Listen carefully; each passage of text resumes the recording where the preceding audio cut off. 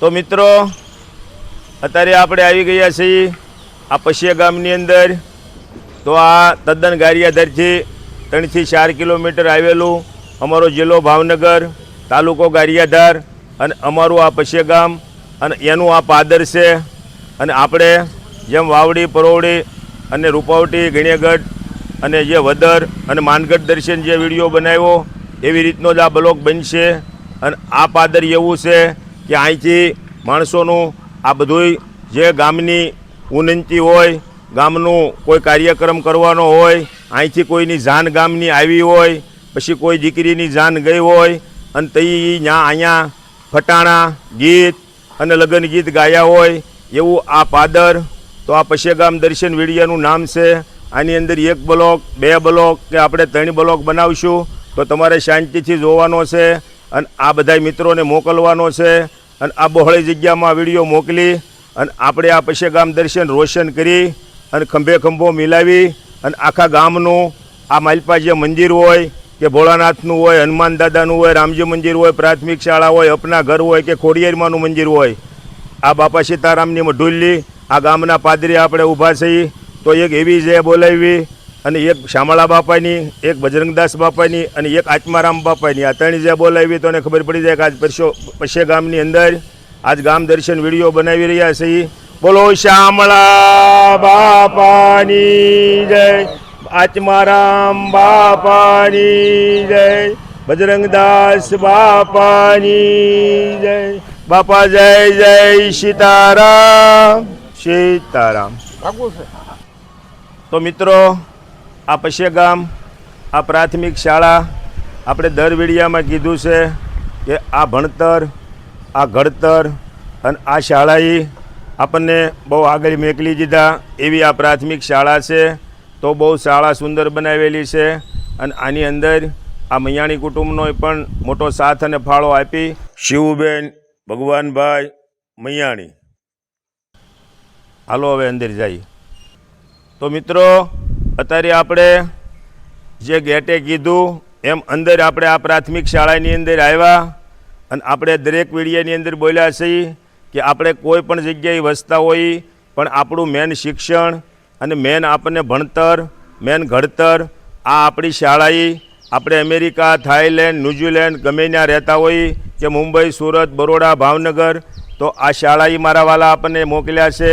એટલે આ ગામડાની સંસ્કૃતિ છે, આ સંસ્કૃતિને રાખવાની છે. અને ઓલી તળાવવાળા વિડીયામાં હું બોલ્યો હતો કે હવે દિવાળી આડામૂળ 2.5 મહિના છે તો આપણે એની ટિકિટ કરાવી અને આ શાળા, આ મંદિર, આ વાલું ગામની અંદર આવી અને બધાને હરીમરી મળી અને 2 વર્ષ આપણે અહીંયા દેહમાં કરવાનું છે. અને તમે સવારે વહેલા 100 વાગ્યે બસમાં આવો એટલે અમારે ભાખરી અને શિવાભાઈની કળઈ મારા વાલા 4 રાખવાની છે. એટલે ટિકિટ કરાવવામાં કોઈ આળહ કરતા નહીં. અને મેં કીધું આગલા વિડીયામાં એમ આપણો પૈસો બહાર જવા દેવાનો નથી. અહીંના વેપારી, અહીંના કોઈ મજૂર, અહીંયા કોઈ નાની દુકાનોવાળા એ સદ્ધર થાય.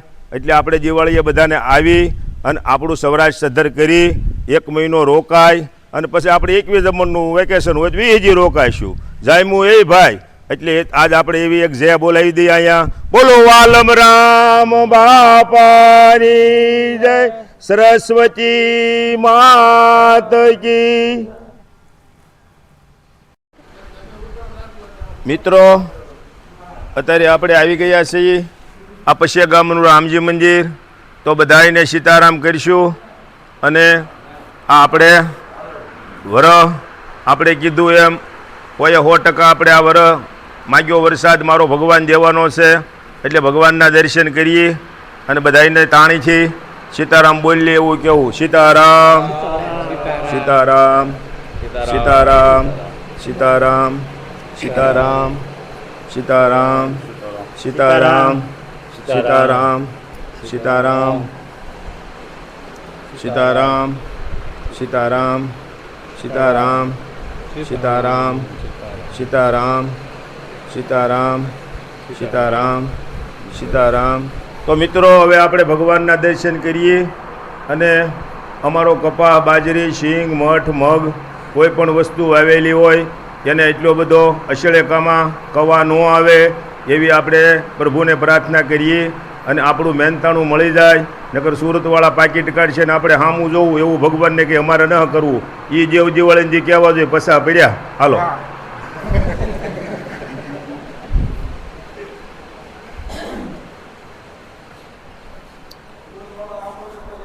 જય પ્રભુ પરમાત્મા, જય મારા નાથ. રામ લક્ષ્મણ જાનકી જય, બોલો હનુમાન કી. રામ લક્ષ્મણ જાનકી જય, બોલો હનુમાન કી. રામ લક્ષ્મણ જાનકી જય, બોલો હનુમાન કી.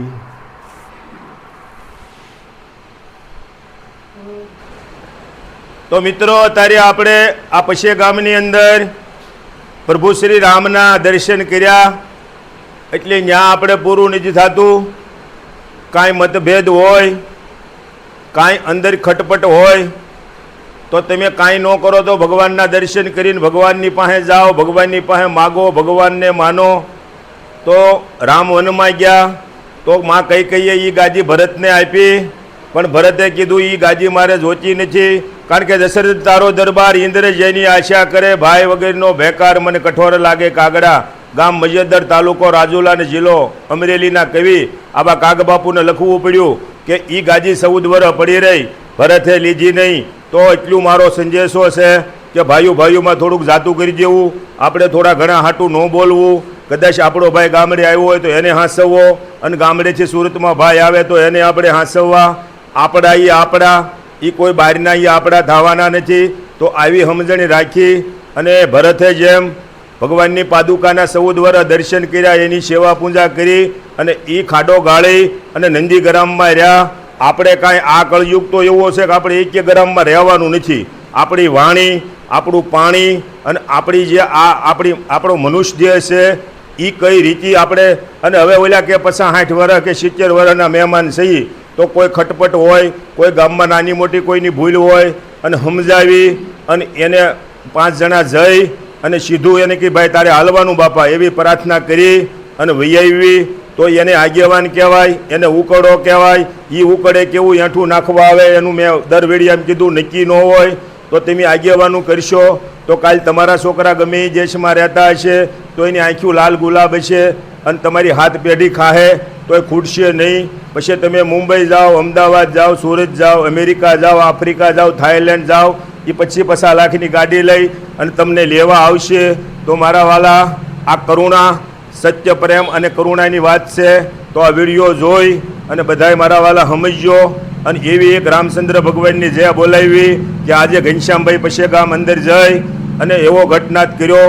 અને આ ગામનો હારો પ્રતાપ કે આપણી સાથે હાલી એક એવા નહોતા તોય આપણા વિડીયોની અંદર 5-10 મિનિટ ઊભા રહ્યા. બોલો રામચંદ્ર ભગવાન કી જય. એ કાન તારી રે મોરલડી માં જાદુ ભર્યા, એ જાદુ ભર્યા ને મારા મનડા રે હેર્યા. એ કાન તારી રે મોરલડી માં જાદુ. તો મિત્રો આ ભગવાન કૃષ્ણ ભગવાન છે. તો એ મારા પ્રભુ થઈ ગયા અને 5252 વર્ષ થયા. તો તેજી એમ કહેતા હતા કે મારો વાલો 700 ગોપીની અંદર હારી રાસ રીમો, પણ 700 ગોપીએ કીધું કે અમારે આજ એકાદશી છે તો મારા વાલા અમારે દુર્વાસા મુનિના આશ્રમે જવું છે, 2 કાંઠે ગંગા વહી જાય છે. તો પ્રભુ અમે કઈ રીતે જઈએ કે જાઓ ગંગા માને કહી ગયો 700 ગોપીવારી મારો વાલો રીમો હોય અને તોય કાનકુંવારો કહેવાતો હોય તો તું પાણીને કે હટી જા. એ પાણી હટી ગયું એટલે એની દુર્વાસા મુનિના આશ્રમે જઈ અને એ થાળ ધર્યો અને પછી દુર્વાસાને કીધું આ ગંગા તો કે 2 કાંઠે થઈ ગઈ, ભગવાનના કહેવાથી તો અમે અહીંયા આવ્યા હતા. તો એવા દુર્વાસા મુનિ બોલ્યા કે આખા વિશ્વની અંદર કે એવો ઉપાસક હોય કે મેં મારી જિંદગીમાં 11ને કે ભણાવવા ન દીધી હોય તો મા ગંગાને કહી ગયો કે મને જગ્યા આપી દે. એટલે આમાં કોના વખાણ કરીશું? ભગવાનને વધે એવા એના ભક્તો છે. એટલે ભગવાનના લગ્ન થયા તો લક્ષ્મીજી બોલ્યા કે પ્રભુ મારે કોની લાજ કાઢવી? એ કે કોઈની નહીં. તે કે હજી એકવાર વિચારજો પછી તમે મને ઠપકો દેહો. એટલે ભગવાને કીધું કે દેવી તમારી વાત હાચી છે, મારથી મોટા મારા ભક્તો છે. એટલે ઈ કાના માતર વગેરેની બારખડી બને કાઈની ભ ગને કાઈની ગ શામળા ગિરધારી. બોલો કૃષ્ણ કનૈયા.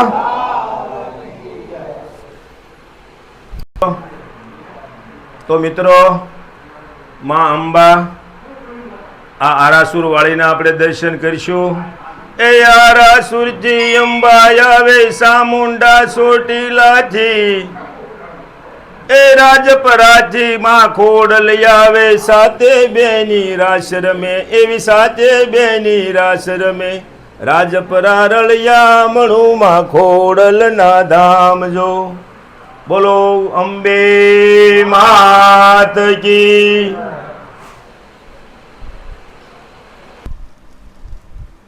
તો મિત્રો આ પશ્ય ગામની અંદર આપણે આવી ગયા છીએ માં મેલડીના મંદિરે, અને કીધું એમ માં તો સાક્ષાત છે, પણ તમે શ્રદ્ધાથી જાઓ તો એને કાંઈ જોતું નથી. એટલે એવા આપણે માં મેલડીના દર્શન કરીશું. અને આપણી હારી જે સજ્જનો જોડા પશ્ય ગામના ભાઈઓ વડીલો કાકાઓ, અને એને જય માતાજી કરીએ મારા વાલા. જય માતાજી, જય માતાજી, જય માતાજી, જય માતાજી, જય માતાજી, જય માતાજી, જય માતાજી, જય માતાજી, જય માતાજી, જય માતાજી. બોલો મેલડી માત કી જય. તો મિત્રો આ મેં આગળ કીધું બાણ એમ આ કોઈ અંધશ્રદ્ધા નથી મારા વાલા. આ તો માને માનવી શ્રદ્ધા છે. કારણ કે આજના આ ટેકનિકલ અને આવો આ માસ્ટર યુગ છે, એટલે લોકો માતાજીનું નામ આવે એટલે એમ કે એ બધું ખોટું હોય અને એ સારું ન થાય. હાલો આપણે ઓર્થોપેડિક વૈયા જઈએ, ન્યુરો સર્જન પાસે વૈયા જઈએ, એમડી પાસે વૈયા જઈએ, એમએસ પાસે વૈયા જઈએ, પણ એ બધાએ છૂટા કરે. ત્યારે મેં કીધું એમ કે માતાજી જ આપણને પકડે અને એની માનતા કરીએ એટલે એ 3 વાગે 4 વાગે એટલે એ આપણને જગાડે અને પછી આપણને પાદર મોકલે. અને આપણને એટલો હરખ હોય કે જેથી બીજા ન જાગ્યા હોય ને આપણે એમ કહેવું જોઈએ કે મારા ભાઈઓ હાલતા કહી દીધા. તો માઈ હું લીધું તો કે ભાઈ હવા પાલીનો તાવો લીધો મારા વાલા, હવા શેર હાંકર લીધી અને 2 શ્રીફળ લીધા. ઘણા માણસો કહે કે અમારો છોકરો હારો થાય માં કઈ એમ દઈ, પણ માને કાંઈ જોતું નથી મારા વાલા. એ તો ખાલી ભાવની ભૂખી છે. પણ તમે તન મન અને ધનથી માની સેવા પૂજા કરો એટલે મારી માં સમરે હાજર છે. પછી માં મેલડી હોય, માં ખોડિયાર હોય, માં અંબે હોય કે પણ કોઈ પણ માતાજી હોય તો આજ ઠેઠ કરાળની મેલડીએ ખબર પડે અને આની પા પરોવડી સુખપતિ વચ્ચે માં બેઠી એને ખબર પડે કે આજ વિડીયો ઉતરી રહ્યો છે. એવી એક માતાજીની જય બોલાવી. બોલો મેલડી માત કી જય.